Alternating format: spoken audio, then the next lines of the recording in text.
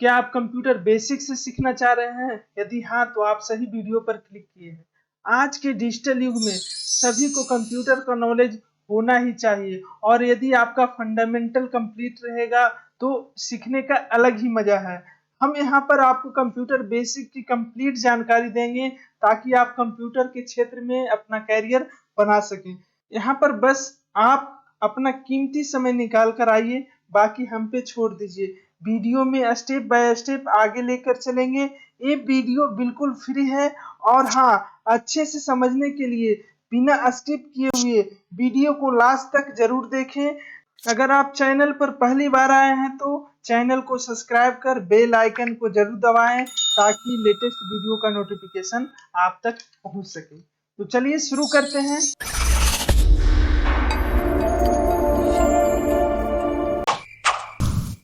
तो सबसे पहला क्वेश्चन ये आता है कि कंप्यूटर है क्या। जनरली जैसे ही हम लोग कंप्यूटर वर्ड सुनते हैं तो हमारे दिमाग में एक इमेज बनता है। वो जनरली ऑफिस में रखे हुए डेस्कटॉप का इमेज होता है। तो यहाँ पर एक क्वेश्चन है कि क्या वही एक कंप्यूटर है जो ऑफिस में रखा हुआ है? नहीं, आज के समय में हर एक क्षेत्र में कंप्यूटर यूज हो रहा है। चाहे आप एटीएम मशीन चले जाएं, चाहे आप हेल्थ सेंटर चले जाएं, कहीं भी जाएं, हर एक जगह पर कंप्यूटर यूज हो रहा है। यहाँ तक कि आज के मॉडर्न व्हीकल में भी कंप्यूटर का इस्तेमाल हो रहा है। और आप देखते होंगे आपके घर में वॉशिंग मशीन है, माइक्रोवेव चूल्हा है, उसमें भी कहीं ना कहीं कंप्यूटर का एक पार्ट है। और आप कैलकुलेशन डेली लाइफ में करते हैं, उसमें जो कैलकुलेटर का यूज करते हैं वो भी एक तरीके से कंप्यूटर है। आपके हाथ में मोबाइल है, वो भी एक कंप्यूटर है। तो कह सकते हैं आज के समय में हम लोग कंप्यूटर से घिरे हुए हैं। लेकिन यहाँ पर बात आती है जब ऑफिस में काम करने की, तो हम उसी को मान कर लेकर चलते हैं जो आपके हाथ में लैपटॉप होता है या फिर ऑफिस का कंप्यूटर। तो चलिए सबसे पहले हम देखते हैं कंप्यूटर का डेफिनेशन। अगर सरल भाषा में बोले तो यहाँ पर कंप्यूटर का डेफिनेशन कुछ इस तरीके से दिया हुआ है। A computer is an electronic device that takes data and instruction as input and process the data and generate the output in required format.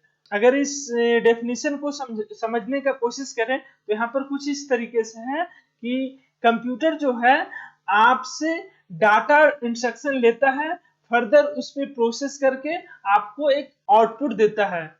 या फिर हम सरल भाषा में अगर बोले कंप्यूटर का डेफिनेशन तो आप बोल सकते हैं कंप्यूटर एक इलेक्ट्रॉनिक डिवाइस है जो कि हार्डवेयर और सॉफ्टवेयर का कॉम्बिनेशन है और आपके काम को सरल बनाता है।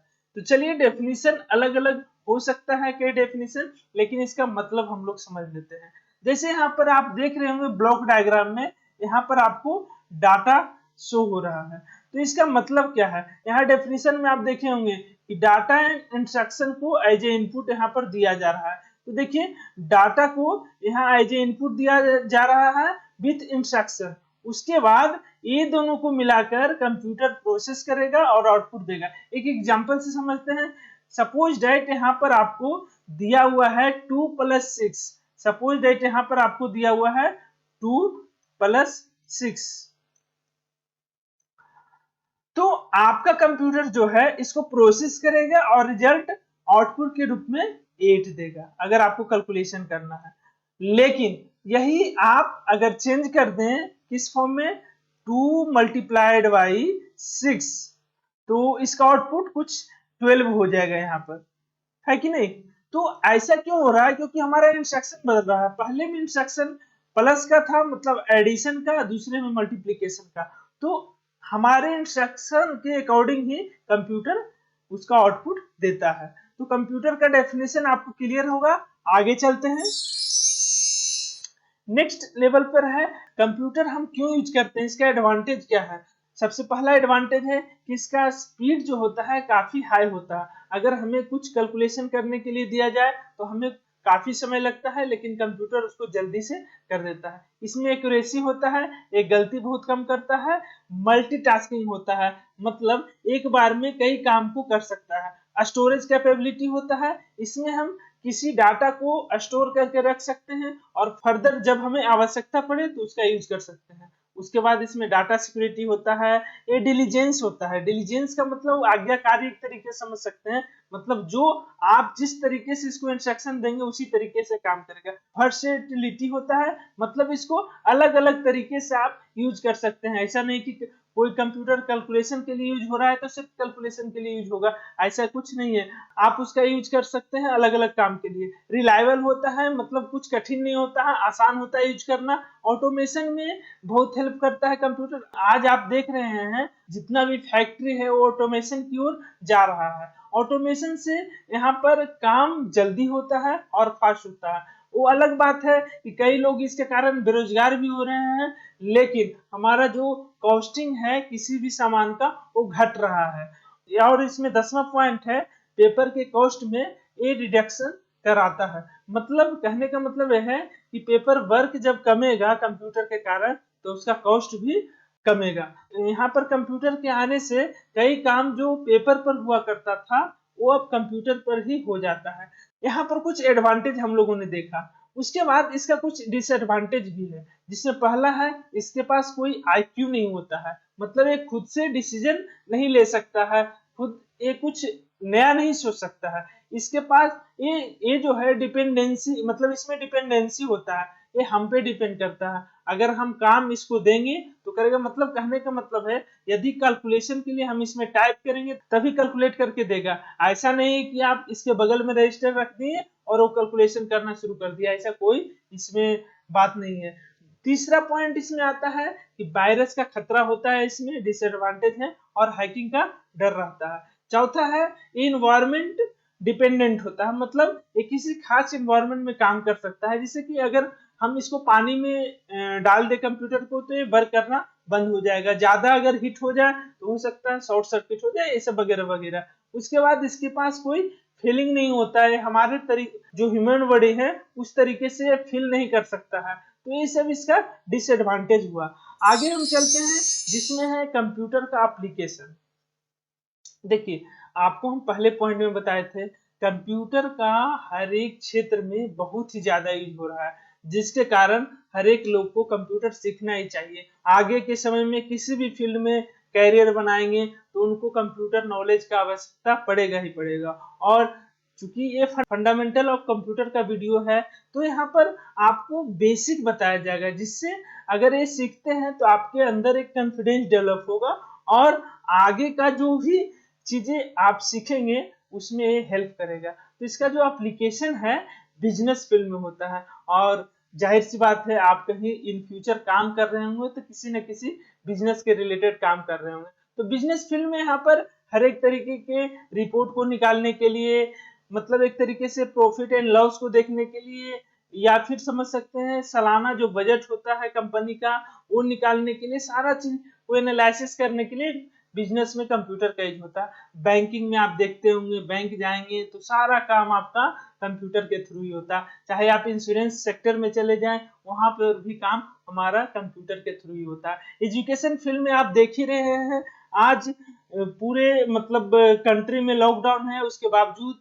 हम लोग स्टडी कुछ कर पा रहे हैं, वो उसका वजह है कंप्यूटर। उसके बाद मार्केटिंग, आज फिजिकल मार्केटिंग से भी ज्यादा वैल्यू डिजिटल मार्केटिंग का हो गया, जो कि कंप्यूटर से संभव है। हेल्थ केयर में भी कंप्यूटर का बहुत ही ज्यादा योगदान है। कंप्यूटर की मदद से हम अच्छे से पेशेंट को मॉनिटर कर सकते हैं। कई टेस्टिंग है हेल्थ केयर का जो काफी मतलब फास्ट कंप्यूटर से हम कर सकते हैं और मैक्सिमम लोगों को सर्व कर सकते हैं। उसके बाद 7वां पॉइंट आ जाता है यहाँ पर इंजीनियरिंग डिजाइन। जैसे कि आप समझ सकते हैं पहले जो हुआ करता था किसी भी इंजीनियरिंग डिजाइन का काम, चाहे वो समझ सकते हैं मतलब किसी मतलब व्हीकल का डिजाइन हो गया या फिर कोई मकान का डिजाइन हो गया या किसी भी तरीके का स्ट्रक्चर की बात करें तो वहां पर पेपर वर्क हुआ करता था। जैसे आप यहाँ पर देख रहे हैं अब के समय में यहाँ पर अगर वैन का भी स्ट्रक्चर बन रहा है तो कंप्यूटर में बन रहा है। यदि सिविल इंजीनियर अगर वो स्ट्रक्चर बनाएंगे क्या चीज का, मकान का, पुल का या किसी भी कंस्ट्रक्शन का, तो वो कंप्यूटर का ही हेल्प लेते हैं, चाहे वो ऑटोकैड का यूज करें या कोई और दूसरा सॉफ्टवेयर। इस तरीके से इंजीनियरिंग डिजाइन में भी कंप्यूटर का बहुत ही रोल है। उसके बाद मिलिट्री सिस्टम में आप देख सकते हैं सिक्योरिटी पर्पस के लिए यूज होता है, कम्युनिकेशन के लिए हम लोग यूज करते हैं, जितना भी आप हम बात कर पा रहे हैं, इतना कम्युनिकेट कर पा रहे हैं, उसका एक ही कारण है क्योंकि आज कंप्यूटर हमारे पास है। गवर्नमेंट के फील्ड में गवर्नमेंट का मैक्सिमम वर्क आज ऑनलाइन हो गया है, चाहे आप गवर्नमेंट फॉर्म की बात करें या गवर्नमेंट सर्विस की बात करें। आज आधार कार्ड आपको अप्लाई करना होगा, वो भी ऑनलाइन करना पड़ेगा, मतलब मैक्सिमम जो वर्क है ऑनलाइन हो चुका है। ठीक है, तो इस तरीके से हम समझ सकते हैं हमारे सोसाइटी में आज हर एक कड़ी पर कंप्यूटर यूज हो रहा है।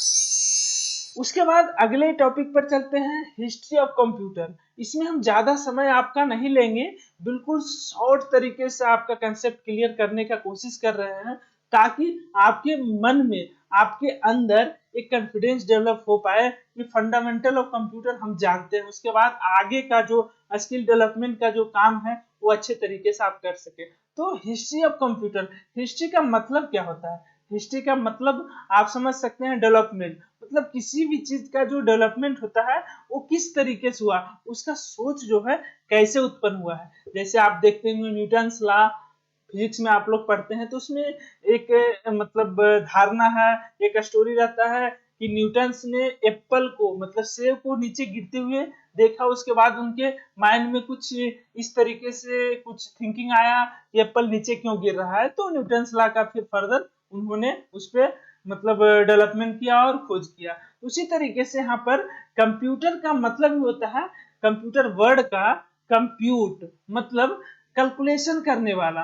तो स्टार्टिंग में जो हमारे साइंटिस्ट, हमारे पूर्वज का जो मोटो था, जो हम डेली लाइफ में कैलकुलेशन कर रहे थे उसको आसान बनाना, तो सबसे पहला जो हिस्ट्री ऑफ कंप्यूटर के फील्ड में साइंटिस्ट का नाम आता है वो नेपियर्स है। मतलब नेपियर्स ने एबेकस का आविष्कार 1663 में किया था, जिसका पिक्चर आपको इस तरीके से कुछ दिख रहा है। ये एबेकस इसको बोलते हैं, इसमें काउंटिंग को सरल किया गया। जैसे आप अभी भी किसी भी प्री स्कूल या प्ले स्कूल में अगर चले जाएंगे तो वहां पर आपको एबेकस मिल जाएगा, या फिर देखते होंगे बच्चे के स्लेट में कुछ मोती काउंटिंग के लिए लगा हुआ होता है, वो भी एक तरीके से बोल सकते हैं एबेकस का ही रूप है। तो वहां से बच्चे को काउंटिंग सिखाने में आसानी होता है, कैलकुलेशन करने में आसानी होता है। तो आप समझ सकते हैं इससे हमारा कैलकुलेशन जो कंप्यूटिंग का काम था वो आसान हुआ, इसलिए इसको पहला स्टेप बोला जाता है कंप्यूटर के फील्ड में। दूसरा जो साइंटिस्ट का नाम आता है वो पास्कल्स थे। उन्होंने एडिंग एंड सब्ट्रैक्शन मशीन बनाया था, जिसका पिक्चर कुछ इस तरीके से है। इसमें ज्यादा डिटेल आपको नहीं सोचना है कैसा था, क्या कैसे काम करता था, बस आपको ये माइंड में रखना है कि नेपियर्स थे जिन्होंने अबेकस किया, पास्कल थे जिन्होंने एडिंग एंड सब्ट्रैक्शन मशीन का आविष्कार किया, उसके बाद लेविनांज हैं जिन्होंने मल्टीप्लिकेशन एंड डिवाइडिंग मशीन का डेवलपमेंट किए थे, जो कुछ इस तरीके से थे, है ना। उसके बाद जो सबसे बड़ा जो कंप्यूटर का कड़ी माना जाता है वो चार्ल्स बेबेज के द्वारा किया गया था, जिन्हें फादर ऑफ कंप्यूटर भी बोला जाता है, और इन्होंने एनालिटिकल इंजन का आविष्कार किया था। चार्ल्स बेबेज ने एनालिटिकल इंजन का आविष्कार किया था, जिसके थ्रू कैलकुलेशन को आसानी से आप कर सकते थे, इसीलिए इन्हें फादर ऑफ कंप्यूटर भी कहा जाता है। और फर्दर इसी एनालिटिकल इंजन का यूज करते हुए आगे के साइंटिस्टों ने इस पर कुछ लॉजिक निकाला और प्रोग्राम किया, और कंप्यूटर का प्रोग्राम डेवलप हुआ। उसके बाद कैलकुलेटर आपके सामने है, और कंप्यूटर बहुत अलग अलग तरीके का कंप्यूटर आपके सामने है। तो आगे चलते हैं, इसमें जो आप अभी एनालिटिकल इंजन की चर्चा हम कर रहे थे चार्ल्स बेबेज का, उन्हीं के एनालिटिकल इंजन पर आधा अगस्ता ने कुछ स्टडी किया और उसको कोडिंग के रूप में डेवलप किया, इसीलिए उनको दुनिया का पहला प्रोग्रामर भी बोला जाता है। उसके बाद 1990 में अमेरिकन साइंटिस्ट ने, जिनका नाम हरमन हॉलिस था, जिन्होंने क्रिएट किया एक मशीन जो यूज होता था कैलकुलेशन के लिए। उसके बाद 1939 में एटनसॉफ एंड बेरी ने इलेक्ट्रॉनिक डिजिटल कंप्यूटर बनाया, जिसका नाम एबीसी कंप्यूटर था। ये ब्रिटेन के थे। उसके बाद 1946 में अमेरिकन साइंटिस्ट जॉन मार्कल ने एक इनएक कंप्यूटर को बनाया। इनएक कंप्यूटर जो है फर्स्ट जनरेशन ऑफ कंप्यूटर के अंतर्गत आता है। तो चलिए जनरेशन ऑफ कंप्यूटर को देखते हैं। अभी जो है जनरेशन ऑफ कंप्यूटर के अंतर्गत टोटल 5 जनरेशन आता है। जनरेशन 1, जनरेशन 2, जनरेशन 3, जनरेशन 4 और जनरेशन 5। तो चलिए डिटेल में हम देखते हैं जनरेशन को, जिसमें सबसे पहला जो जनरेशन है जनरेशन 1। जनरेशन 1 में जो है वैक्यूम ट्यूब यूज होता था और वो 1946 से लेकर 1959 तक चला था। इसका कुछ एग्जाम्पल है ENIAC, इडवैक, UNIVAC, IBM 701, IBM 650। Generation 1 वाले कंप्यूटर में वैक्यूम ट्यूब की यूज होने से इसका साइज जो था काफी बड़ा था, जिसके कारण ये इलेक्ट्रिसिटी भी बहुत ज्यादा खाता था, क्योंकि इसमें हार्डवेयर बहुत ज्यादा था। ये जो है हीट बहुत ज्यादा प्रोड्यूस करता था, जिसके कारण एसी का भी रिक्वायरमेंट था। इस समय तक के कंप्यूटर जनरेशन 1 वाले कंप्यूटर में ना ही कोई मेमोरी था और ना ही कोई ऑपरेटिंग सिस्टम। ये नॉर्मली मशीन लैंग्वेज पर काम करता था और इसलिए इसका इनपुट आउटपुट काफी स्लो था। अब चलते हैं दूसरे जनरेशन ऑफ कंप्यूटर को देखने के लिए। दूसरे जनरेशन ऑफ कंप्यूटर में जो टेक्नोलॉजी यूज हुआ था वो ट्रांजिस्टर का था। मतलब आप कह सकते हैं वहां पर वैक्यूम ट्यूब यूज हो रहा था और यहाँ पर ट्रांजिस्टर का यूज होना शुरू हो गया। और ट्रांजिस्टर के यूज होने से बहुत बड़ा चेंजेज आया, क्योंकि ट्रांजिस्टर का जो साइज था उसके कंपैरिजन में वैक्यूम ट्यूब के कंपैरिजन में छोटा था।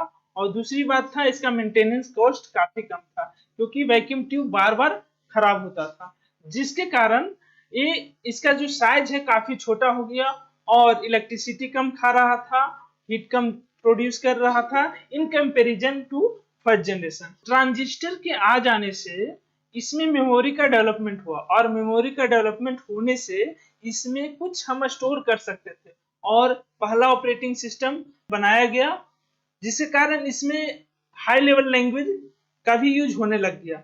ये जो सेकेंड जनरेशन ऑफ कंप्यूटर जो है 1959 से लेकर 1965 तक चला था। इसका कुछ एग्जाम्पल जो है IBM 1620, IBM 7094, CDC 1604, CDC 3600, UNIVAC 1108।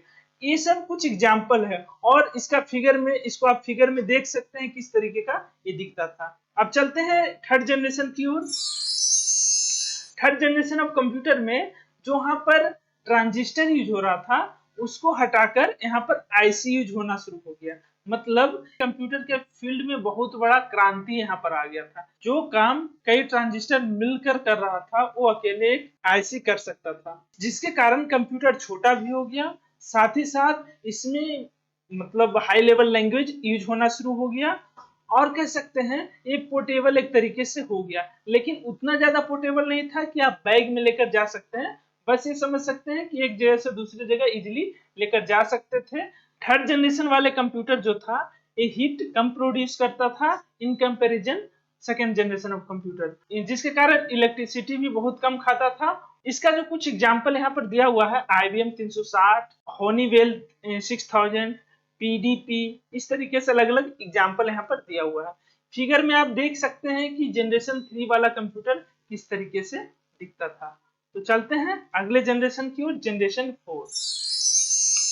Generation 4 में जो है VLSI टेक्नोलॉजी का यूज करते हुए माइक्रो प्रोसेसर को बनाया गया और उसका यूज किया गया, जो कि 1971 से लेकर 1980 तक चला था। VLSI टेक्नोलॉजी से बना हुआ माइक्रो प्रोसेसर आने से समझ लीजिए कंप्यूटर के युग में बहुत बड़ी क्रांति आया। माइक्रो प्रोसेसर की यूज करने से कंप्यूटर में बहुत सारे डाटा स्टोर कर सकते थे और इसमें हाई लेवल लैंग्वेज का भी यूज होना शुरू हो गया। फोर्थ जनरेशन ऑफ कंप्यूटर से ही अलग अलग सॉफ्टवेयर का डेवलपमेंट में तेजी आ गई, क्योंकि इसमें स्टोरेज क्षमता बहुत ज्यादा था। सबसे बड़ा रीजन ये है कि जो माइक्रो प्रोसेसर इसमें यूज हो रहा है वो कई 1000 IC का जो पावर है, काम है, वो अकेले माइक्रो प्रोसेसर कर सकता था। इसलिए यहाँ पर जो है साइज भी बहुत छोटा हो गया और इसका जो वर्किंग कैपेसिटी है वो भी बढ़ गया। आप फिगर में देख सकते हैं फोर्थ जनरेशन वाले कंप्यूटर कैसा दिखता था। तो यहाँ पर फिगर दिया हुआ है, आप इसको देख सकते हैं। इसका कुछ एग्जांपल है DEC 10, स्टार 1000, PDP 11 इत्यादि। अब चलते हैं फिफ्थ जनरेशन ऑफ कंप्यूटर की ओर।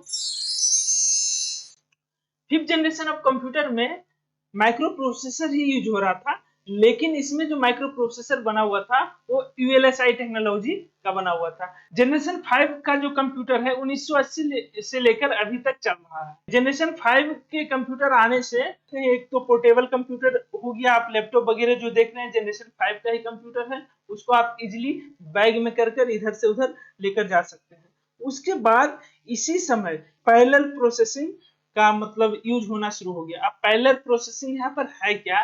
पैरेलल प्रोसेसिंग का मतलब इस तरीके से आप समझ सकते हैं, जैसे अभी आप सुनते होंगे dual core processor, quad core processor, octa core processor. उसमें होता क्या है, पहले जो 4th जनरेशन का कंप्यूटर था उस समय तक क्या होता था, मतलब अगर कंप्यूटर को काम दिया जाता था तो वो सीरियल वाइज करता था, मतलब एक काम हो गया उसके बाद दूसरा काम, तीसरा काम। लेकिन जनरेशन 5 वाले कंप्यूटर में ये संभव था कि आप काम को डिवाइड कर सकते हैं। जैसे ड्यूअल कोर का मतलब हो गया, अगर कंप्यूटर को आप वर्क दिए तो उसको 2 पार्ट में बांट कर करेगा, मतलब एक साथ 2 पोर्ट काम करेगा यहाँ पर, इसीलिए इसको बोलते हैं पैरेलल प्रोसेसिंग। उसके साथ साथ इसमें स्पीच रिकॉग्निशन का फैसिलिटी आ गया। स्पीच रिकॉग्निशन आप अभी देखते होंगे अपने मोबाइल में या कंप्यूटर में भी, बोलकर मतलब कुछ बोलकर आप सर्च कर सकते हैं, जो कि जनरेशन 5 के कंप्यूटर आने के बाद ये संभव हुआ। और जनरेशन 5 वाले कंप्यूटर जो है इंटेलिजेंट रोबोट और आर्टिफिशियल इंटेलिजेंस में भी यूज हो रहा है। आप इसको एक तरीके से समझ सकते हैं, जैसे कि आप अपना मोबाइल वगैरह यूज करते होंगे, तो उसमें क्या होता है, आप जो भी चीजें आप करते हैं, कुछ सर्च करते हैं, वीडियो देखते हैं, तो देखते हैं उसी के रिलेटेड आपको अगला वीडियो दिखाया जाता है। या फिर अगर आप कंप्यूटर पर कुछ सर्च करेंगे, कुछ मान ले खिलौना सर्च किए, तो अगले पेज पर आप जाइएगा, जब अगली बार आप कुछ सर्च कर रहे होंगे तो हो सकता है उसमें जो ऐड आया उसके रिलेटेड, खिलौने के रिलेटेड आ जाए। तो ये सब संभव है जनरेशन 5 वाले कंप्यूटर में, क्योंकि जनरेशन 5 वाले कंप्यूटर में ऐसा प्रोग्राम किया जा सकता है और इसी का यूज करके आर्टिफिशियल इंटेलिजेंस में काम किया जा रहा है, ताकि वो मतलब एक तरीके से ह्यूमन बॉडी के तरह वो सीख सके चीजों को और आगे काम कर सके। इसका कुछ एग्जांपल है जनरेशन 5 वाले कंप्यूटर का, कुछ एग्जांपल यहाँ पर देख सकते हैं। डेस्कटॉप है, लैपटॉप है, नोटबुक है, अल्ट्रा बुक है, क्रोम बुक है, ये सब है। तो generation of computer I think आप लोग अच्छे से समझ गए होंगे, इसमें ज्यादा आपको कंफ्यूज होने का जरूरत नहीं है। बस आपको एक रिकैप दे देते हैं। जनरेशन ऑफ कंप्यूटर के अंदर टोटल 5 जनरेशन आता है, जिसमें पहला जनरेशन में जो है वैक्यूम ट्यूब यूज किया गया था, जो कि काफी बड़ा था। उसके बाद वैक्यूम ट्यूब को हटाकर दूसरे जनरेशन ऑफ कंप्यूटर में ट्रांजिस्टर का यूज किया गया, जिसके कारण उसका साइज और थोड़ा छोटा हुआ और टेक्नोलॉजी थोड़ा बढ़ा और उसमें मेमोरी का डेवलपमेंट हुआ। तीसरे जनरेशन ऑफ कंप्यूटर में ट्रांजिस्टर को हटाकर आईसी का यूज किया गया और चौथे जनरेशन ऑफ कंप्यूटर में आईसी को हटाकर माइक्रो प्रोसेसर का यूज किया गया, जो कि वीएलएसआई टेक्नोलॉजी से बना हुआ था। और 5th जनरेशन में जो अभी हम लोग यूज कर रहे हैं उसमें भी माइक्रो प्रोसेसर का यूज किया जा रहा है, लेकिन वो है यूएलएसआई टेक्नोलॉजी से बना हुआ। तो यहाँ पर जो है जनरेशन ऑफ कंप्यूटर खत्म होता है। अब आगे हम चलते हैं क्लासिफिकेशन ऑफ कंप्यूटर। कंप्यूटर को 3 पार्ट में बांटा गया, एनालॉग, डिजिटल और हाइब्रिड। अब इसमें एनालॉग कंप्यूटर जो एनालॉग डाटा को प्रोसेस करता है उसे एनालॉग कंप्यूटर कहते हैं। इसमें एक एग्जांपल के रूप में आपको एक फिगर दर्शाने का कोशिश की है, जिससे आप समझ सकते हैं। ये आपको अलग अलग इलेक्ट्रॉनिक लैब में मिल सकता है, जिसमें एनालॉग बेसिस पर सिग्नल वगैरह को प्रोसेस किया जाता है और आपको एनालॉग आउटपुट यहाँ पर देखने को मिलेगा स्क्रीन में। उसके बाद आ जाता है यहाँ पर हाइब्रिड कंप्यूटर, जिसमें कि एनालॉग और डिजिटल दोनों पर काम किया जा सकता है। हालांकि ये सब में ज्यादा डिटेल में हम लोग को नहीं जाना है, क्योंकि हमें कंप्यूटर सीखना है, बस आपको ओवरव्यू एक दे रहे हैं। तीसरे नंबर पर जो है इसमें आता है डिजिटल कंप्यूटर, जिसके बारे में हम लोग स्टडी कर रहे हैं। तो इसमें जो है कुछ एग्जांपल दिया गया है डिजिटल कंप्यूटर का, जिसमें आपको फिगर में दिखाया गया है। पहला जो है माइक्रो कंप्यूटर है, दूसरा है मिनी कंप्यूटर, तीसरा पर्सनल कंप्यूटर, चौथा है सुपर कंप्यूटर, पांचवा लैपटॉप, टैबलेट। और भी एग्जांपल हो सकता है, जैसे आपका मोबाइल फोन है। आप कई बार सुनेंगे मेन फ्रेम के बारे में। तो मेन फ्रेम बेसिकली होता क्या है, कई पर्सनल कंप्यूटर को जोड़कर एक मेन फ्रेम बनाया जाता है। तो इस तरीके से आप मतलब कंप्यूटर को क्लासिफाई कर सकते हैं अलग अलग कैटेगरी में। चलते हैं आगे कंपोनेंट्स ऑफ कंप्यूटर की तरफ। यहाँ पर कंप्यूटर को बेसिकली 2 भाग में बांटा गया है, हार्डवेयर और सॉफ्टवेयर। हार्डवेयर जो है कंप्यूटर का वैसा पार्ट्स जिसको हम देख सकते हैं और टच कर सकते हैं। कंप्यूटर हार्डवेयर बेसिकली 4 पार्ट में बांटा गया है। पहला जो है इनपुट डिवाइस, दूसरा है आउटपुट डिवाइस, तीसरा है स्टोरेज डिवाइस और चौथा है प्रोसेसिंग यूनिट। इसको डिटेल में हम आगे देखेंगे। नेक्स्ट में हम चलते हैं कंप्यूटर सॉफ्टवेयर की तरफ। Software is a set of program which is designed to perform a well defined function. A program is a sequence of instruction written to solve a particular problem. Software जो है set of programme होता है और एक programme जो है sequence of instruction होता है जो कि लिखा जाता है किसी पार्टिकुलर काम को करने के लिए या पार्टिकुलर प्रॉब्लम को सोल्व करने के लिए। यहाँ पर डेफिनेशन आपको कॉम्प्लिकेटेड लग रहा होगा तो आपको एक सिंपल डेफिनेशन बताता हूँ, आप उसे समझ सकते हैं। जो हार्डवेयर को कंट्रोल करता है उसे हम कंप्यूटर सॉफ्टवेयर बोल सकते हैं, क्योंकि आपको पता है बिना सॉफ्टवेयर का जो है हमारा जो कंप्यूटर है जस्ट लाइक डब्बा एक हार्डवेयर है ना, जस्ट लाइक एक डब्बा है, बिना सॉफ्टवेयर का वो नहीं चल सकता। आप इमेजिन कर सकते हैं कि उसमें विंडोज या फिर कोई भी सॉफ्टवेयर ना हो वो कंप्यूटर चले नहीं ना। हर एक काम के लिए आपको एप्लीकेशन का जरूरत पड़ता है, सॉफ्टवेयर का जरूरत पड़ता है। जैसे अगर आपको वीडियो चलाना है तो वीडियो प्लेयर, अगर कंप्यूटर पर काम करना है तो आप किसी ऑपरेटिंग सिस्टम का हेल्प लेते हैं तो उसमें जैसे कि विंडोज वगैरह। यहाँ पर सॉफ्टवेयर को मेनली 2 पार्ट्स में बांटा गया है, सिस्टम सॉफ्टवेयर और एप्लीकेशन सॉफ्टवेयर। तो यहाँ पर नाम से ही पता चल रहा होगा सिस्टम सॉफ्टवेयर का मतलब होता है जो कि पूरे सिस्टम पर काम करता है। हमारा जो ऑपरेटिंग सिस्टम होता है, जैसे आप सुनते हैं कि विंडोज ऑपरेटिंग सिस्टम, या फिर मोबाइल के केस में आप सुनते हैं एंड्रॉयड ऑपरेटिंग सिस्टम, लैपटॉप में और भी ऑपरेटिंग सिस्टम होता है विंडोज, लाइनेक्स, उबंटू ये सब वगैरह। तो ये क्या है, पूरे सिस्टम को कंट्रोल करता है, इसीलिए इसको बोलते हैं सिस्टम सॉफ्टवेयर। दूसरा जो कैटेगरी है सॉफ्टवेयर का वो है एप्लीकेशन सॉफ्टवेयर। एप्लीकेशन सॉफ्टवेयर वैसा सॉफ्टवेयर है जो किसी खास पार्टिकुलर काम के लिए बनाया गया होता है। जैसे कि यहाँ पर आप देख सकते हैं ब्राउजिंग के लिए, अगर आपको इंटरनेट चलाना है, ब्राउज करना है, तो आप किसी ब्राउजर का यूज करते हैं, उसका एग्जांपल है एक क्रोम। उसके बाद आप ऑफिस वगैरह में काम करने के लिए एमएस ऑफिस का यूज करते हैं, फोटो एडिटिंग के लिए फोटोशॉप का यूज करते हैं। उसी तरीके से और भी कई एप्लीकेशन है जिसका अलग अलग किसी खास पर्पस के लिए यूज होता है। तो आपको सॉफ्टवेयर का कंसेप्ट समझ में आ गया होगा। सॉफ्टवेयर मेनली 2 तरीके के होते हैं, पहला सिस्टम सॉफ्टवेयर, दूसरा एप्लीकेशन सॉफ्टवेयर। सिस्टम सॉफ्टवेयर पूरे सिस्टम को कंट्रोल करने के लिए यूज होता है, एप्लीकेशन सॉफ्टवेयर जो है किसी खास एप्लीकेशन को चलाने के लिए, किसी खास वर्क को करने के लिए यूज होता है। तो यहाँ पर आपका कंसेप्ट क्लियर होगा। अब हम आगे चलते हैं। नेक्स्ट जो है हमारा इनपुट डिवाइस। जो यहाँ पर हार्डवेयर हम देखे थे उसमें 4 कैटेगरी में बांटा हुआ था, जिसमें से पहला था इनपुट डिवाइस। अब यहाँ समझिए इनपुट डिवाइस का मतलब क्या होता है। आप पिक्चर में यहाँ देख सकते हैं, पिक्चर में जो है यहाँ पर यूजर एक बैठा हुआ है और यहाँ सामने कंप्यूटर है। यूजर अपना जो माइंड में सोच रहा है वो कंप्यूटर को देना चाह रहा है, तो कैसे दे पाएगा, वो इनपुट डिवाइस के थ्रू दे पाएगा। जैसे कि यहाँ पर एक लाइन लिखा हुआ है, an input device lets you talk to the computer. मतलब यदि आप कंप्यूटर से बात करना चाहते हैं या कंप्यूटर से काम करवाना चाहते हैं तो उसको बताना पड़ेगा, मतलब इंस्ट्रक्शन देना पड़ेगा।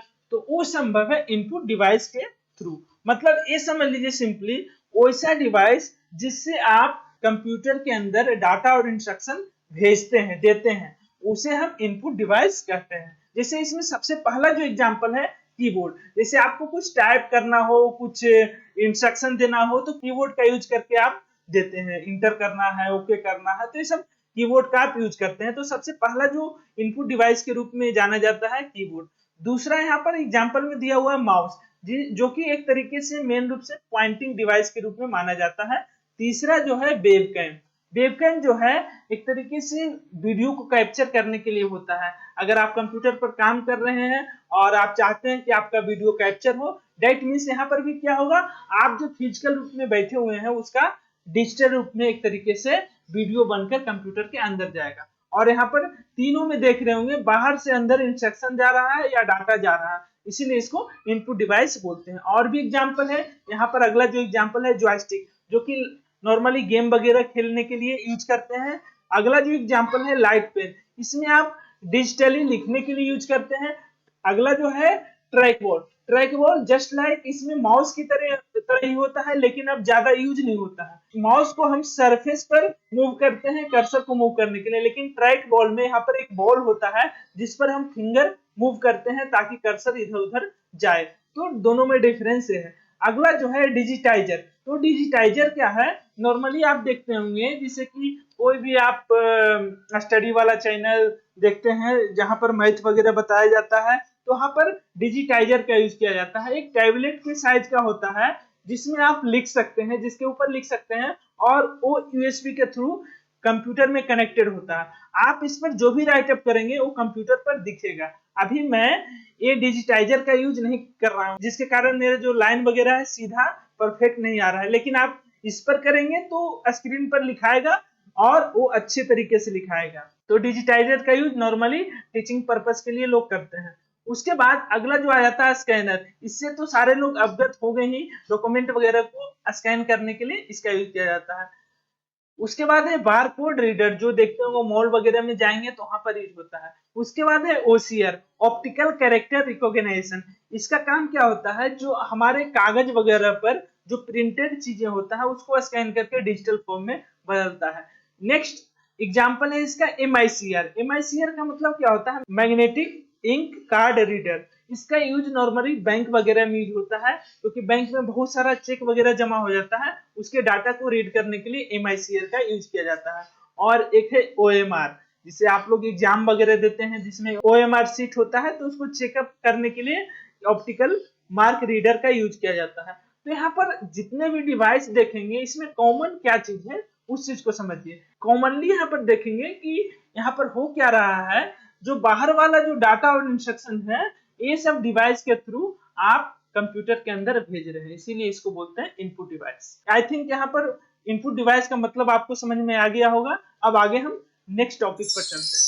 अगला जो टॉपिक है क्लासिफिकेशन ऑफ इनपुट डिवाइस। पिछले स्लाइड में एग्जांपल से आप लोग को समझाने की कोशिश किए हैं कि इनपुट डिवाइस होता क्या है, लेकिन इनपुट डिवाइस को आप 4 पार्ट में नॉर्मली बांट सकते हैं। जैसा कि टाइपिंग के लिए कीबोर्ड यूज होता है, दूसरा पॉइंटिंग डिवाइस। पॉइंटिंग डिवाइस में mouse, joystick, touch screen, light pen, digitizer ये सब आ जाता है। अब देखिए यहाँ पर एक क्वेश्चन हो सकता है, अगर आपसे कोई पूछे कि टच स्क्रीन कौन सा डिवाइस है, इनपुट डिवाइस है या आउटपुट डिवाइस है, तो यहाँ पर आपका आंसर होना चाहिए टच स्क्रीन का यूज इनपुट डिवाइस और आउटपुट डिवाइस दोनों के रूप में किया जा सकता है। जब आप क्लिक करते हैं तो वहां पर क्या होता है, इनपुट डिवाइस के रूप में यूज होता है, लेकिन जब आप उसमें वीडियो वगैरह देख रहे हैं या कुछ मतलब इंफॉर्मेशन गेट कर रहे हैं, देख रहे हैं, तो वहां पर आउटपुट डिवाइस के रूप में यूज होता है। तो आप बोल सकते हैं टच स्क्रीन जो है दोनों डिवाइस के अंतर्गत आएगा, इनपुट डिवाइस के रूप में भी, आउटपुट डिवाइस के रूप में भी।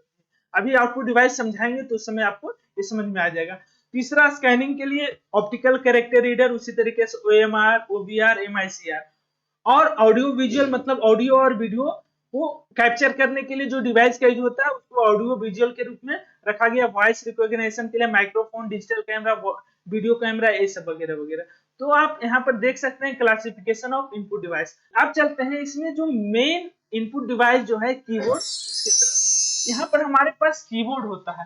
कीबोर्ड का जो यूज मेनली इंस्ट्रक्शन को देने के लिए, टाइप करने के लिए किया जाता है। अब यहाँ पर कीबोर्ड जो है, कीबोर्ड में अलग अलग तरीके का बटन होता है। इस बटन की को अलग अलग टोटल 5 कैटेगरी में बांट सकते हैं। सबसे पहला जो कैटेगरी होता है टाइपिंग की, जिसके अंतर्गत A to Z आ जाता है, और 0 to 9 की। यहाँ पर जो देख रहे हैं A to Z यहाँ पर अल्फाबेट वाला, और 0 to 9 विद सैम्बुल वाला भी की, चूंकि दोनों साथ ही में रहता है तो इसके अंतर्गत आ जाएगा, इसको टाइपिंग की बोलते हैं। दूसरा जो है न्यूमेरिक कीपैड। न्यूमेरिक कीपैड जो होता है नॉर्मली यहाँ पर ये जो साइड में राइट साइड में आपको दिख रहा है यहाँ पर नंबर वाला, नॉर्मली ये बैंक वगैरह में बहुत ज्यादा यूज होता है, या कह सकते हैं जहां पर कैलकुलेशन का पार्ट होगा वहां पर बहुत ज्यादा यूज होगा। ये वाला पार्ट, ये जो देख रहे हैं, इसको बोलते हैं न्यूमेरिक कीपैड। इसमें टोटल 17 की का सेट होता है। इसके अंतर्गत ये सब सारा आता है, प्लस, माइनस, इंटर, डिलीट। ऐसा नहीं कह सकते हैं कि ये भी न्यूमेरिक की के अंतर्गत आता है, ये टाइपिंग की में आ गया। न्यूमेरिक में इसको रखते हैं, कई छोटे लैपटॉप वगैरह में या छोटे कीबोर्ड में न्यूमेरिक कीपैड नहीं होता है। उसके बाद नेक्स्ट आता है फंक्शन की।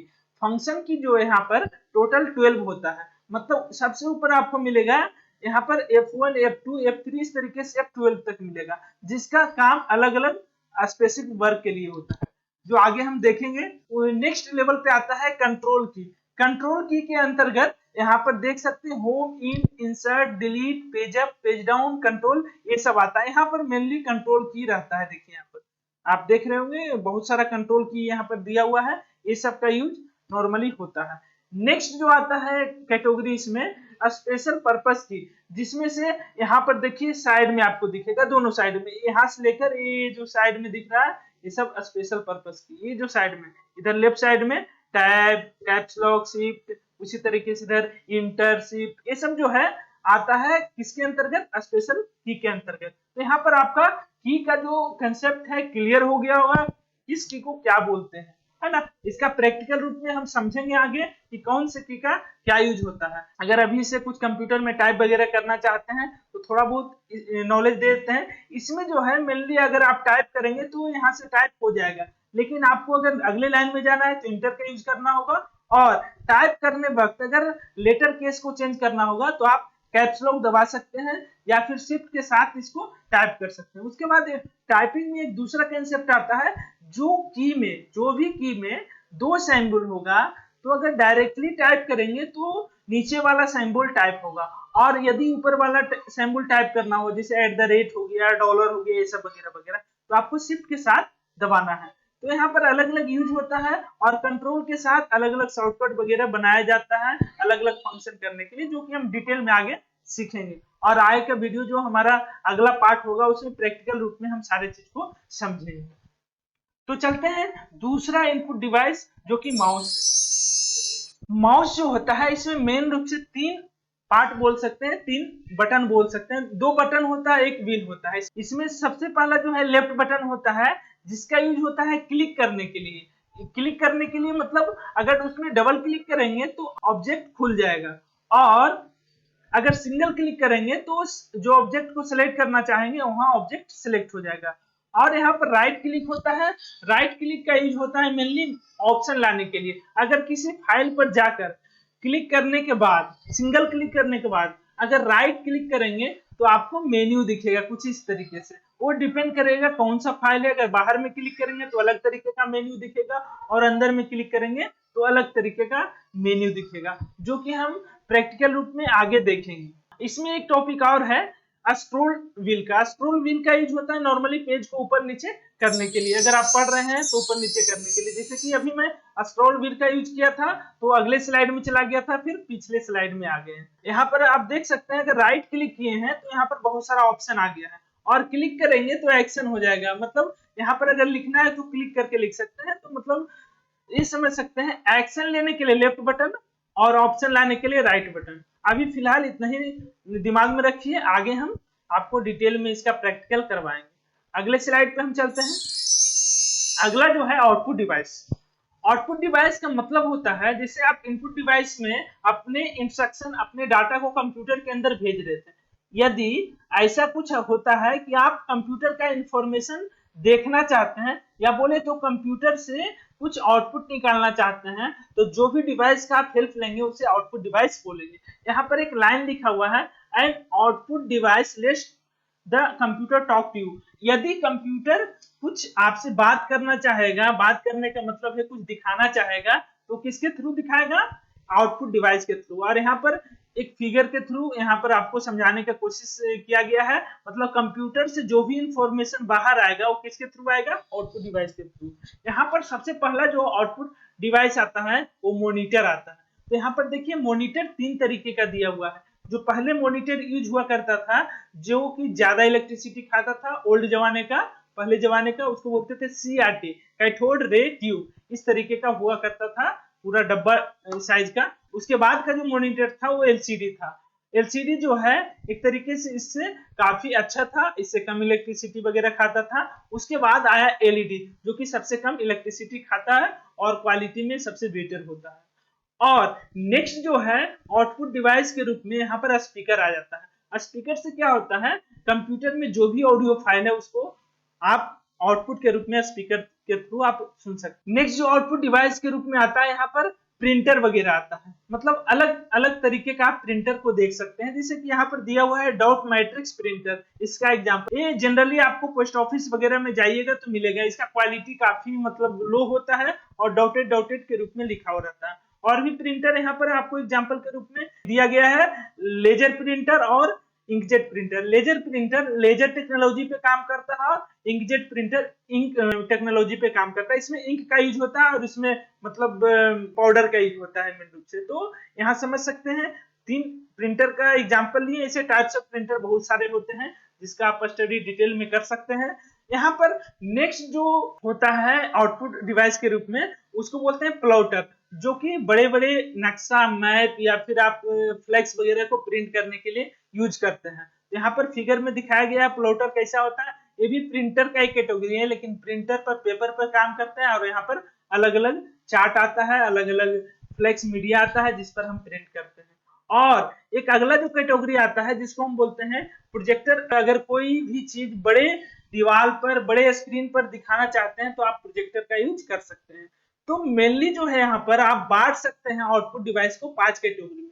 पहला कैटेगरी जो है आपका मॉनिटर होगा, दूसरा साउंड होगा, तीसरा प्रिंटर होगा, चौथा प्लॉटर होगा और पांचवा प्रोजेक्टर होगा। तो आउटपुट डिवाइस का मतलब आप समझ गए होंगे। अब आगे हम लोग चलते हैं।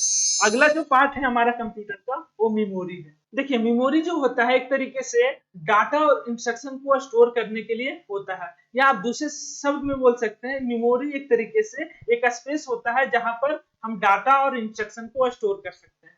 यहाँ पर मेमोरी का जो सबसे छोटा यूनिट होता है उसको हम बिट बोलते हैं। एक बिट जो है यहाँ पर होल्ड कर सकता है 0 को या 1 को। हम लोग को समझने के लिए यहाँ पर 0 और 1 है, लेकिन कंप्यूटर जो समझता है वैल्यू को, मतलब इलेक्ट्रिकल वैल्यू को समझता है, ऑन ऑफ, या फिर यहाँ पर समझ सकते हैं हाई वोल्टेज और लो वोल्टेज। मतलब कंप्यूटर सिर्फ और सिर्फ समझता है ऑन ऑफ, उसी को बोलते हैं 0 और 1। ऑन ऑफ का मतलब यहाँ पर समझ सकते हैं ऑन ऑफ कर देंगे तो कंप्यूटर तो कुछ काम कर रहेगा नहीं, वो बंद हो जाएगा। ऑन ऑफ का मतलब यहाँ पर है कि हाई वोल्टेज और लो वोल्टेज। जब आप इलेक्ट्रॉनिक्स का स्टडी अच्छे से करेंगे डीप में तो आपको ये सब समझ में आएगा। या फिर हम नंबर सिस्टम का जब वीडियो लाएंगे उसमें अच्छे तरीके से आपको समझाने का कोशिश करेंगे। तो फिलहाल आगे बढ़ते हैं। जैसे कि हम बताएं बिट जो है ये बाइनरी डिजिट को स्टोर कर सकता है। तो इसका यूनिट जो है मेमोरी का कुछ इस तरीके से होता है। एक बिट में आप 0 या 1 को स्टोर कर सकते हैं। उसके बाद अगला जो यूनिट आता है निबल, जो कि 4 बिट के बराबर होता है। मतलब 4 बिट को एक साथ मिला दिया जाए तो एक निबल कहलाता है। उसी तरीके से यदि 8 बिट को एक साथ मिला दिया जाए तो उसको बोलते हैं एक बाइट, है ना। तो बाइट में ही नॉर्मली हम लोग काउंट करते हैं मेमोरी को, निबल और बिट में नॉर्मली नहीं करते हैं, लेकिन इसको भी आप यूनिट के रूप में मान सकते हैं। उसके बाद एक होता है केबी, जो कि केबी का मतलब होता है किलो बाइट, मतलब किलो मतलब 1000 नॉर्मली, लेकिन कंप्यूटर के फील्ड में 1000 का मतलब होता है, यहाँ पर किलो का मतलब होता है 1024 बाइट। मतलब 1 केबी में 1024 बाइट होगा, ये वाला बाइट है ना, बाइट, वो बाइट नहीं जो आप खाते हैं, बाइट, है ना। तो यहाँ पर ये जो 1024 है इसको राउंड अप करके 10⁻³ लिख सकते हैं, मतलब लगभग 1000 के बराबर। और किलो का मतलब भी होता है 1000 लगभग, लेकिन कंप्यूटर फील्ड में 1024 होता है, इसलिए यहाँ पर अगर एग्जैक्ट फिगर आपसे पूछा जाए तो आप बोलेंगे 1024, और अगर उसको राउंड अप करके बोला जाए तो 10⁻³ बोल सकते हैं। उसके बाद एमबी होता है, 1 MB मेगाबाइट बोलते हैं। अब क्या होता है, इसी को 1000 से मल्टीप्लाई करते जाइएगा आप, मतलब 1000 से मल्टीप्लाई करने का मतलब है 1024। बोल सकते हैं 1 MB is equal to 1024 KB, है ना। उसी को आपको बाइट के रूप में यहाँ पर मतलब दिखाया गया है। 1 MB is equal to 10⁻6 byte, 1 GB is equal to 10⁻9 byte, 1 TB is equal to 10⁻12, मतलब 3 बढ़ रहा है पावर, क्योंकि 1000 से मल्टीप्लाई हो रहा है। या फिर आप कह सकते हैं 1 TB में जो होता है 1000 GB होता है। और वैसे भी अगर थोड़ा बहुत आपको नॉलेज होगा तो आपको पता होगा 1 TB हार्ड डिस्क का मतलब क्या होता है 1000 GB, एक्चुअली उसमें होता है 1024 GB, है ना। इस तरीके से यहाँ पर कुछ यूनिट है मेमोरी का जिसको आप समझ सकते हैं। तो चलते हैं आगे। अगला जो है, जो कंप्यूटर के अंदर मेमोरी आता है वो 3 टाइप का होता है, जिसमें सबसे पहला जो मेमोरी होता है कैच मेमोरी, दूसरा मेमोरी होता है प्राइमरी मेमोरी या उसको बोलते हैं मेन मेमोरी, और तीसरा मेमोरी जो होता है वो सेकेंडरी मेमोरी होता है। तो चलते हैं आगे। सबसे पहला जो मेमोरी है कैच मेमोरी। अब यहाँ पर देख रहे हो नीचे कढ़ाई वगैरह, मैगी वगैरह लगा हुआ है ना। ये आपको कंसेप्ट को समझाने के लिए दिए हैं। ऐसा ना करें कि भाई अभी मैगी का याद आ गया तो चलते हैं मैगी खाने के लिए। आपको वीडियो पूरा देखना है ताकि अच्छे तरीके से समझ पाए। और यहाँ पर बहुत बड़ा कंसेप्ट छिपा हुआ है, इसीलिए हम यहाँ पर मैगी वगैरह का एग्जाम्पल लिए हैं ताकि अच्छे तरीके से समझा सके। यहाँ पर कोई थ्योरेटिकल पार्ट नहीं है, मतलब ये ऐसा कोई स्ट्रिक्ट पार्ट नहीं है, बस हम समझाने के लिए इस चीज का यूज करेंगे। तो देखिए कैच मेमोरी क्या होता है। नॉर्मली आप लोग अगर कंप्यूटर या मोबाइल खरीदने जाते हैं तो कभी भी हम लोग कैच मेमोरी का चर्चा नहीं करते हैं। जाते हैं तो क्या बोलते हैं, हमको कंप्यूटर ये प्रोसेसर वाला चाहिए, i3 i7 i5 इस तरीके से, और साथ में बोलते हैं 8 GB रैम 4 GB रैम चाहिए इस तरीके से, और हार्ड डिस्क के बारे में बताते हैं कि 1 TB चाहिए 2 TB चाहिए, लेकिन कोई भी कैच मेमोरी वगैरह के बारे में चर्चा नहीं करते हैं, या फिर रोम के बारे में भी चर्चा कोई नहीं करते हैं। तो उसके पीछे रीजन क्या है उसको हम समझते हैं। ये कंसेप्ट समझने के बाद आपको उसका रीजन समझ में आ जाएगा। देखिए यहाँ लिखा हुआ है cache memory is a very high speed semiconductor memory which can speed up the CPU. मतलब इस लाइन से आप समझ सकते हैं कि जो है कैच मेमोरी जो है सीपीयू मतलब जो आपका प्रोसेसर होता है उसका एक पार्ट है, और उसको काम करने में वो हेल्प करता है, उसको स्पीड अप करने में। It act as a buffer between CPU and main memory. मतलब समझ सकते हैं सीपीयू और मेन मेमोरी के बीच में ये बफर का काम करता है, मतलब उसके बीच में एक दूसरे को डाटा ट्रांसफर करने में काम करता है। It is used to hold those part of data and program which are most frequently used by the CPU. अब देखिए यहाँ पर अगर आपको कोई कंफ्यूजन हो रहा है तो टेंशन मत लीजिए, इसको हम अलग तरीके से एक जनरल लाइफ के एग्जांपल से समझाने की कोशिश करते हैं। जैसे कि यहाँ पर बता रहा है आपको कि ये जो क्या करता है सीपीयू और मेन मेमोरी के बीच में बफर का काम करता है, मतलब उसके बीच में आदान प्रदान का काम करता है। तो समझ लीजिए कि जैसे कि आप एग्जाम्पल के रूप में 3 यहाँ एग्जाम्पल लिए हैं। एक कढ़ाई में मैगी बनकर रखा हुआ है, दूसरा में प्लेट में मैगी है, और तीसरा में मतलब यहाँ पर चम्मच के साथ प्लेट में मैगी है, और यहाँ पर चम्मच के थ्रू जो कांटे वाला चम्मच है उसके थ्रू कोई खाने का कोशिश कर रहे हैं। तो यहाँ समझिए क्या है, मतलब जो अगर यहाँ पर बात करें कि ये मैगी बना हुआ है आपको खाना है तो आपको क्या करना होगा। ये सबसे पहले तो ये मैगी को कढ़ाई से निकालेंगे प्लेट में, ऐसा नहीं कि कढ़ाई से खाना शुरू कर देंगे, है ना।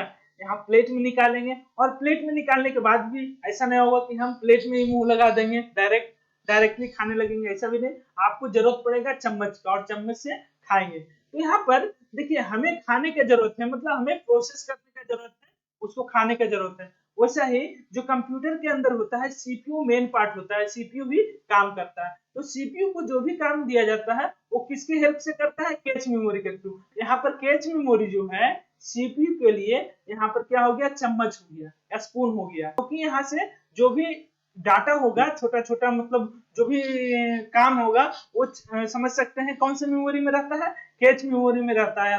यहाँ पर बताया भी गया है कि यहाँ पर स्पीड अप करने के लिए सीपीयू को होता है, मतलब चम्मच जिसे यहाँ पर रोल अदा कर रहा है खाने में, उसी तरीके से जो है कैच मेमोरी यहाँ सीपीयू को काम करने में मदद करेगा। ऐसा नहीं कि आप कोई इंस्ट्रक्शन दिए कि वीडियो चलाना है तो वीडियो चलाना है तो क्या होगा, हार्ड डिस्क में रखा हुआ रहेगा वीडियो, मतलब कढ़ाई में जैसे मैगी रखा हुआ है, और वो जो एप्लीकेशन चल रहा है वो किस में चलेगा, रैम में, और जो आपको दिखाया जाता है प्रेजेंट में वो किसके थ्रू दिखाया जाता है, रैम से जाता है इसके अंदर कैच मेमोरी के अंदर।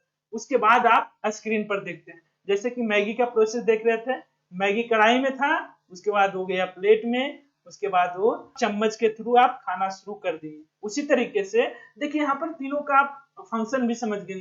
हार्ड डिस्क जस्ट लाइक यहाँ कढ़ाई मतलब डाटा को रखने के लिए, यहाँ पर एक तरीके से रैम जो है एक तरीके से एप्लीकेशन वगैरह को चलाने के लिए है, मतलब प्लेट जिसे कि कोई भी चीज इसमें रखकर आप खा सकते हैं। उसके बाद यहाँ पर कैच मेमोरी जो है एक तरीके से समझ सकते हैं मेन सीपीयू के सबसे क्लोज होता है, जिसके थ्रू आप काम करते हैं, चम्मच का रोल करता है।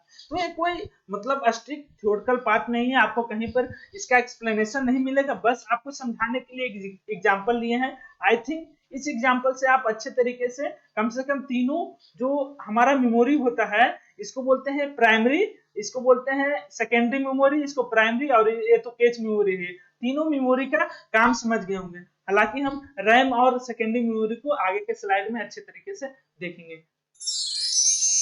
नेक्स्ट है हमारा प्राइमरी मेमोरी। प्राइमरी मेमोरी जो होता है मेनली दो पार्ट में बांटा गया है, जिसका पहला पार्ट है रैम और दूसरा रैम। तो रैम क्या होता है उसको देखते हैं। RAM stand for random access memory, मतलब रैम का जो फुल फॉर्म होता है रैंडम एक्सेस मेमोरी होता है। नाम से ही पता चल रहा होगा रैंडम एक्सेस, मतलब इसमें रैंडमली कभी भी एक्सेस किया जाता है, इसमें काम किया जा सकता है।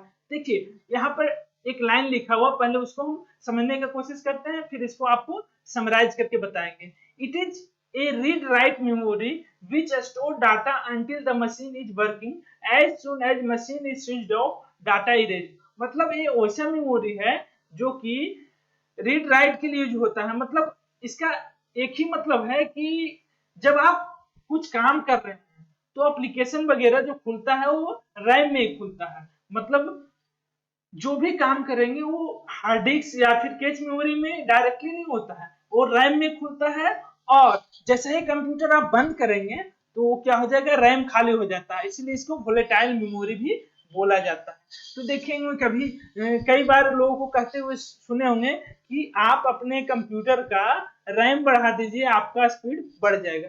ऐसा नहीं है, ये मिसकंसेप्शन है। अगर इस कंसेप्ट को आप जानेंगे तो यहाँ पर आप पूरे दावा से कह सकते हैं कि उसके स्पीड पर मतलब कोई इफेक्ट नहीं पड़ेगा। हाँ, वो अलग बात है कि रैम अगर आपका बढ़ जाएगा तो क्या होगा, चूंकि रैम का साइज ज्यादा हो जाएगा और कोई भी एप्लीकेशन रैम के अंदर ही खुलता है। कोई भी एप्लीकेशन कहाँ खुलता है, रैम के अंदर खुलता है। तो बड़ा से बड़ा एप्लीकेशन को खोल सकेंगे। यहाँ पर अंतर क्या पड़ेगा, यदि आपका लैपटॉप या कंप्यूटर किसी एप्लीकेशन को खोलने से मतलब किसी एप्लीकेशन को ओपन करने से थोड़ा स्लो हो जाता है या वहां पर काम करना बंद कर देता है, डेट मीन्स आपके कंप्यूटर में रैम का जो साइज है कम है, तो वहां पर आपको फायदा देगा, न कि स्पीड को स्पीड अप करेगा। रैम का मेन काम होता है एप्लीकेशन को खोलना, मतलब इसके अंदर आप एप्लीकेशन को खोल सकेंगे। जितना बड़ा रैम होगा उतने ज्यादा बड़े एप्लीकेशन को खोल सकते हैं। नॉर्मली देखते होंगे गेमर वगैरह के लिए रिकमेंड किया जाता है 8 GB 16 GB रैम वाला लैपटॉप। क्यों? क्योंकि गेम वगैरह का जो साइज होता है काफी ह्यूज बड़ा होता है, या फिर आप ग्राफिक्स वगैरह पर काम कर रहे हैं तो वहां पर आपको मिनिमम 8 GB या 4 GB लेकर चलना पड़ेगा। लेकिन आप सिंपल ऑफिशियल वर्क करें MS वर्ड वगैरह ये सब, तो आपको 2 GB रैम में भी काम चल जाएगा। स्पीड दोनों का सेम रहेगा। वहां पर डिपेंड करता है क्या चीज पर, कि अगर बड़ा एप्लीकेशन ओपन करेंगे तो थोड़ा सा कंप्यूटर फंसने लगेगा, तो उसको स्पीड नहीं बोलते, वो तो फंस रहा है क्योंकि उसका कैपेसिटी वहां पर खत्म हो रहा है। तो ये कैपेसिटी को बढ़ाता है, ना कि स्पीड को बढ़ाता है। रैम जो होता है बेसिकली 2 टाइप का होता है, स्टैटिक रैम और डायनेमिक रैम, एस रैम और डी रैम। चलते हैं आगे रोम की तरफ। यहाँ पर दूसरा जो प्राइमरी मेमोरी के अंदर अंतर्गत आता है वो रोम आता है। तो रोम को अच्छे तरीके से समझते हैं। This type of memory is non volatile, मतलब जिसमें जो भी चीजें स्टोर रहता है वो नॉन वोलेटाइल होता है। मतलब कंप्यूटर बंद करने के बाद भी इसमें डाटा इरेज नहीं होता है। The information is stored permanently in such memory during manufacture।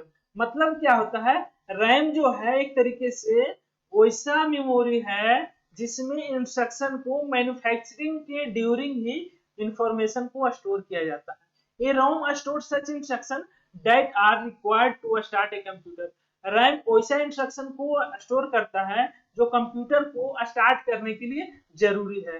Rome chips are not only used in computer, मतलब सिर्फ कंप्यूटर में नहीं यूज किया जाता है, बल्कि आप जो वॉशिंग मशीन देखते हैं, माइक्रोवेव ओवन देखते हैं, उसमें भी रोम का यूज किया जाता है। क्योंकि आप देखते होंगे माइक्रोवेव चूल्हा वगैरह या ओवन है, उसमें आप टाइमिंग वगैरह फिक्स कर सकते हैं, तो उसमें कुछ इंस्ट्रक्शन का जरूरत पड़ता है, कुछ प्रोग्राम का, जो कि रोम के अंतर्गत होता है। यहाँ पर हम लेकर चलेंगे रोम जो है कंप्यूटर के अंदर चल रहा है, तो इसको समराइज करते हैं तो आपको अच्छे डिटेल से समझ में आएगा। देखिए रोम जो है एक तरीके से ये कह सकते हैं, रोम जो है पार्ट है माइक्रो प्रोसेसर का, मतलब जो आपके कंप्यूटर के अंदर प्रोसेसर होता है उसी का पार्ट है। और नॉर्मली आप देखे होंगे जब लैपटॉप वगैरह खरीदने जाते हैं तो आप ना ही कैच मेमोरी का चर्चा करते हैं, ना ही रोम का चर्चा करते हैं।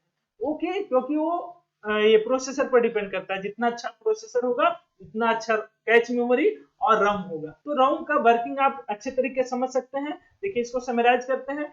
रोम जो होता है नॉर्मली इसमें वैसा इंस्ट्रक्शन रहता है जो परमानेंट रहता है इसे कंप्यूटर को ऑन करने के लिए। जैसे उसका एग्जांपल आप ले सकते हैं बायोस, जो आपके कंप्यूटर के अंदर बायोस होता है, जो कि आप विंडोज अगर चढ़ा रहे हैं लैपटॉप के अंदर तो पर भी उसके पहले कुछ इंस्ट्रक्शन उसमें होता है जिसको स्टोर किया जाता है रोम के अंदर, उसको मिटाया नहीं जा सकता है नॉर्मली, है ना, वो मैन्युफैक्चरर ही उसको मिटा सकता है।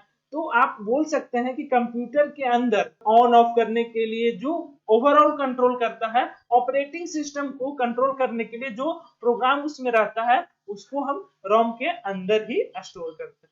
देखिए यहाँ पर कुछ रोम्स का टाइप जो कि अलग अलग पर्पज से यूज होता है। पहला जो है एम रोम, जिसको बोलते हैं मास्क्ड रोम, जो कि वैसा रोम होता है जिसमें एक बार अगर मैन्युफैक्चरर डाटा उसमें डाल दिया, उसके बाद उसको नहीं उसको मैन्युफैक्चरर मॉडिफाई कर सकता है ना आप। मतलब जैसे कि आप देखते होंगे जो माइक्रोवेव चूल्हा, वॉशिंग मशीन ये सब में आता है, उसमें नॉर्मली एम रोम ही रहता है, मतलब किसी स्पेशल खास वर्क के लिए वो दिया जाता है। दूसरा जो आता है पी रोम, मतलब ये जो रैम है इसमें आप प्रोग्राम कर सकते हैं। ये रैम खाली आता है, जैसे कि आपको कोई प्रोजेक्ट बनाना है, आपको प्रोग्राम पता है, तो आप इस रैम को लेकर आ सकते हैं और उसमें प्रोग्राम डाल सकते हैं। इसमें भी एक बार प्रोग्राम डालने के बाद आप इसको इरेज नहीं कर सकते हैं। तीसरा नंबर पर आता है EPROM, erasable and programmable read only memory. मतलब इसमें क्या होता है, आप इसको इरेज कर सकते हैं और फिर से दोबारा प्रोग्राम भी कर सकते हैं, लेकिन इसमें कुछ स्पेशल टेक्नोलॉजी के थ्रू ही इरेज किया जा सकता है, जो कि नॉर्मली कंपनी वगैरह के पास होता है। मतलब इसको इरेज सिर्फ किया जाता है स्पेशल टेक्नोलॉजी का यूज करके, जिसमें अल्ट्रा वायलेट रे का यूज होता है, इसीलिए कॉमन लोग के लिए संभव नहीं है। और अगला जो रोम आता है double EPROM, electrically erasable and programmable read only memory. ये मेमोरी जो है सबसे ज्यादा मार्केट में प्रैक्टिकल के लिए यूज होता है। अगर आप रोबोटिक्स वगैरह पढ़ रहे हैं या फिर कुछ इलेक्ट्रॉनिक्स का प्रोजेक्ट बना रहे हैं, तो वहां पर यही रोम को मार्केट से लाया जाता है, जिसमें कि आप बार बार प्रोग्राम कर सके। और इसका खासियत क्या होता है, ये इलेक्ट्रिकली इसको इरेज कर सकते हैं, मतलब एक किट आता है जिसके अंदर आपको रोम को इंसर्ट करना होता है और इजीली उसके प्रोग्राम को इरेज करके दूसरा प्रोग्राम डाल सकते हैं। जब आप रोबोटिक्स वगैरह कुछ प्रोग्राम सीख रहे होते हैं तब इसका जरूरत पड़ता है, क्योंकि उसमें बार बार आपसे गलती हो सकता है और उसको मॉडिफाई करके बार बार डाल सके। तो नॉर्मली जो यूज होता है डबल ईपी रोम ही यूज होता है, इसके लिए प्रैक्टिकल वर्क के लिए सीखने के लिए। नेक्स्ट हम आगे चलते हैं। अगला जो टॉपिक है हमारा secondary memory. This type of memory is also known as external memory और non volatile memory. It is slower than main memory. मतलब ये जो होता है एक तरीके से एक्सटर्नल मेमोरी होता है, अलग से उसमें लगाते हैं, और ये नॉन वोलेटाइल होता है। नॉन वोलेटाइल का मतलब हो गया इसमें जो भी डाटा रखेंगे कंप्यूटर बंद करने के बाद भी उसमें रहेगा। और ये जो है स्लो होता है मेन मेमोरी के कंपैरिजन में, मतलब इसमें डाटा का जो प्रोसेसिंग स्पीड होता है मेन मेमोरी से काफी कम होता है। These are used to storing data information permanently. अगर कोई भी डाटा या इन्फॉर्मेशन है जिसको आप परमानेंटली स्टोर करना चाहते हैं तो इसमें स्टोर कर सकते हैं। जिसे यहाँ पर एग्जांपल के रूप में बताया गया है, हार्ड डिस्क है, पेन ड्राइव है, मेमोरी कार्ड है और सीडी ड्राइव है। उसके साथ साथ आज एसएसडी भी आ गया है, जो कि हार्ड डिस्क के कैटेगरी में बोल सकते हैं। यहाँ एसएसडी का एग्जांपल है। तो यहाँ पर क्या है, सेकेंडरी स्टोरेज डिवाइस में वो इंफॉर्मेशन रखते हैं, वो डाटा रखते हैं जो आपको बाद में मतलब बाद में यूज करना है। जैसे कि आपको अगर कोई आपके पास वीडियो फाइल है, ऑडियो फाइल है, टेक्स्ट फाइल है, तो आप किसमें स्टोर कर सकते हैं, यही एक्सटर्नल डिवाइस में, एक्सटर्नल सेकेंडरी मेमोरी में। चलिए अगला जो इसमें यूनिट है प्रोसेसिंग यूनिट के अंदर अंतर्गत आता है, जिसको हम बोलते हैं CPU, central processing unit. CPU is considered as the brain of the computer. मतलब सीपीयू जो होता है कंप्यूटर का एक तरीके से दिमाग होता है। CPU perform all types of data processing operation. मतलब जितना भी तरीके का प्रोसेस होता है डाटा पे वो सीपीयू करता है, चाहे आपको कैलकुलेशन करना हो या फिर वीडियो चलाना हो, वीडियो एडिट करना हो या फिर फोटो एडिट करना हो, कुछ भी करना हो, एप्लीकेशन को चलाना हो, अलग अलग काम करवाना हो, सारा काम कौन करता है, सीपीयू करता है। किसी एप्लीकेशन को स्टार्ट करना है वो भी सीपीयू करता है। जैसे हमारे शरीर में दिमाग का काम है, उसी तरीके से सीपीयू का काम है यहाँ पर कंप्यूटर के अंदर। नॉर्मली लोग सीपीयू का मतलब ये डब्बा समझ लेते हैं जो ये सामने दिख रहा है, ये इसको सीपीयू नहीं बोला जाता है। लेकिन नॉर्मली अगर किसी से बोलेगा सीपीयू, सीपीयू का मतलब ये फिगर आ जाता है। ये नॉर्मली क्या है, एक तरीके से उसका एक केस है, इसको बोलते हैं कैबिनेट। मतलब कंप्यूटर जो आप असेंबल करेंगे उसके लिए केस आता है, कैबिनेट। ये सीपीयू नहीं है, इसके अंतर्गत तो बहुत सारा पार्ट आ गया, मैक्सिमम पार्ट जो अभी हम देखें। सीपीयू जो होता है नॉर्मली, यहाँ पर इस फिगर में आप देख सकते हैं, ये जो ऊपर आपको दिख रहा है छोटा सा स्क्वायर टाइप का, ये सीपीयू होता है। यही सीपीयू होता है और यही दिमाग के तौर पे काम करता है। और ये जो बोर्ड होता है उसमें कनेक्टेड होता है। तो बोर्ड क्या होता है अगले स्लाइड में हम देखेंगे। सीपीयू कंप्यूटर का मेन पार्ट होता है जो वर्क करता है एज ए ब्रेन, और सारे ऑपरेशन को यही हैंडल करता है। नेक्स्ट हम देखते हैं मदरबोर्ड। जितने भी अभी तक हम पढ़े, इनपुट डिवाइस, आउटपुट डिवाइस, या फिर स्टोरेज डिवाइस, या फिर आप प्रोसेसिंग यूनिट, उसको असेंबल करने के लिए एक बोर्ड आता है जिसको हम मदरबोर्ड बोलते हैं। इसी में सारा पार्ट असेंबल होता है। The motherboard serves as a single platform to connect all the parts of the computer together like CPU, memory, hard drive, optical drive, different ports and cable। मतलब जितना भी इनपुट आउटपुट डिवाइस है या इसका component है, सब motherboard में ही assemble होगा। जैसे आप यहाँ पर देख रहे हो, ये जो पार्ट्स आपको दिख रहा है, यहाँ पर आपका प्रोसेसर आएगा, यहाँ पर देखिए फैन है, रैम के लिए इधर जगह दिया हुआ है, मतलब अलग अलग यहाँ पर जगह दिया हुआ है। यहाँ पर देख सकते हैं अलग अलग पोर्ट्स है जो कि हम यहाँ पर दर्शाने का कोशिश किए हैं, इसको हम समझाते हैं। इसमें जो है अलग अलग पोर्ट्स दिख रहा होगा, जैसे PS2 माउस, PS2 कीबोर्ड। पहले नॉर्मली ये यूज होता था, अब तो कंप्यूटर में ऐसा आता भी नहीं है। मतलब जो हम अभी कीबोर्ड देखते हैं उसमें यूएसबी टाइप का, मतलब जो आपका मोबाइल चार्जर होता है या पेन ड्राइव होता है उस टाइप का केस वाला आता है, जो कि हम नॉर्मली ये सब में यूज करते हैं। देख रहे हैं ऐसा रहता है। तो इसमें आप पेन ड्राइव लगा सकते हैं, इसमें कीबोर्ड लगा सकते हैं और इसमें माउस लगा सकते हैं। लेकिन पहले कुछ इस टाइप का आता था, अब यूज नहीं होता है। इसको PS2 कनेक्टर भी बोल सकते हैं। अब यहाँ पर कुछ पोर्ट है, पैरेलल पोर्ट है जो इस तरीके का होता है। यहाँ पर सीरियल पोर्ट है, इस तरीके का होता है। एक आप सुनेंगे VGA केबल, जो कि इस टाइप का होता है, VGA केबल। मतलब ये नॉर्मली क्या होता है, अगर आपको सिस्टम को दूसरे सिस्टम से कनेक्ट करना है या फिर इसको मतलब मॉनिटर से कनेक्ट करना है तो पर भी इसका यूज होता है। अब तो इसके जगह पर ज्यादातर यूज जो होता है वो होता है HDMI केबल। आप सुनेंगे HDMI केबल, वो नॉर्मली यहाँ पर आप देख सकते हैं, जो ये जो दिख रहा है ये मतलब USB केबल उसी टाइप का होता है। इसमें वो है नहीं, VGA केबल का फिगर है नहीं, सिंपली इसी तरीके का होता है, थोड़ा सा डिफर होता है। तो आप देख सकते हैं जो फाइनल कंपोनेंट्स था कंप्यूटर का वो मदरबोर्ड था। यहाँ पर जो है बेसिक ऑफ कंप्यूटर का थ्योरेटिकल पार्ट था वो कंप्लीट हुआ। अगले वीडियो से हम इसका प्रैक्टिकल पार्ट को हम देखेंगे। अगर आपको वीडियो अच्छा लगा है तो वीडियो को लाइक करें और लोगों के साथ शेयर करें। धन्यवाद।